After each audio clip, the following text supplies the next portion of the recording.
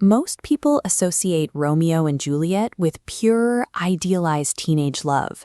We think of balconies, poetry, and a romance that transcends its surroundings. Yet Shakespeare begins the story with a violent street riot. He shows servants drawing swords and citizens grabbing clubs, turning a public square into a battlefield before the leads even meet.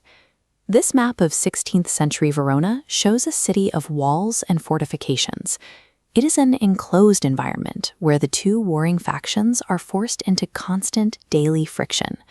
This hatred has infected every layer of the city, from the mansions of the lords to the alleys where the servants fight.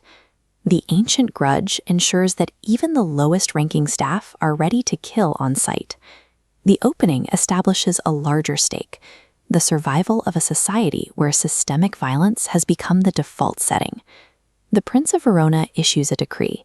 The next person to start a public brawl will pay for it with their life. This zero-tolerance policy places a ticking clock over the city. Every misplaced insult in the street now carries the weight of a death sentence. For the youth of Verona, the trap is set at birth, entering into a lethal turf war they had no hand in starting. Romeo and Juliet are attempting to defect from an inherited system of hatred that demands their total, unquestioning loyalty. Tybalt represents a generation radicalized by their elders' feud. He has been raised to view the conflict as his entire identity. When he spots a Montague at the Capulet party, he calls for his sword immediately. He is ready to commit murder in the middle of a dance floor because he has been conditioned to see a rival's presence as a lethal threat. Lord Capulet dismisses the danger and tells Tybalt to behave, revealing the elders have little control over the violent instincts instilled in their children. Friar Lawrence is often viewed as a sympathetic helper, but his actions align more closely with a political operative. This 1597 title page describes the play as an excellent conceited tragedy, hinting at its complex plotting. The friar explicitly agrees to the secret marriage, hoping it will end the societal feud, essentially using the teenagers as pawns to fix a crisis the adults cannot manage. From the parents to the church, the adults of Verona weaponize the next generation to fight their battles or clean up the wreckage of their past. In the heat of the Verona summer, these pressures finally collide in a public square. Romeo attempts to maintain peace with Tybalt, his new relative by marriage. He refuses to draw his sword and pleads for de-escalation. The city's machinery overrides his choice. Mercutio steps in to fight in his place, and Tybalt strikes a fatal blow under Romeo's arm. Mercutio's dying curse targets both your houses, a final indictment of the social system that turned a hot afternoon into a slaughter. Pushed by the expectations of his house, Romeo retaliates.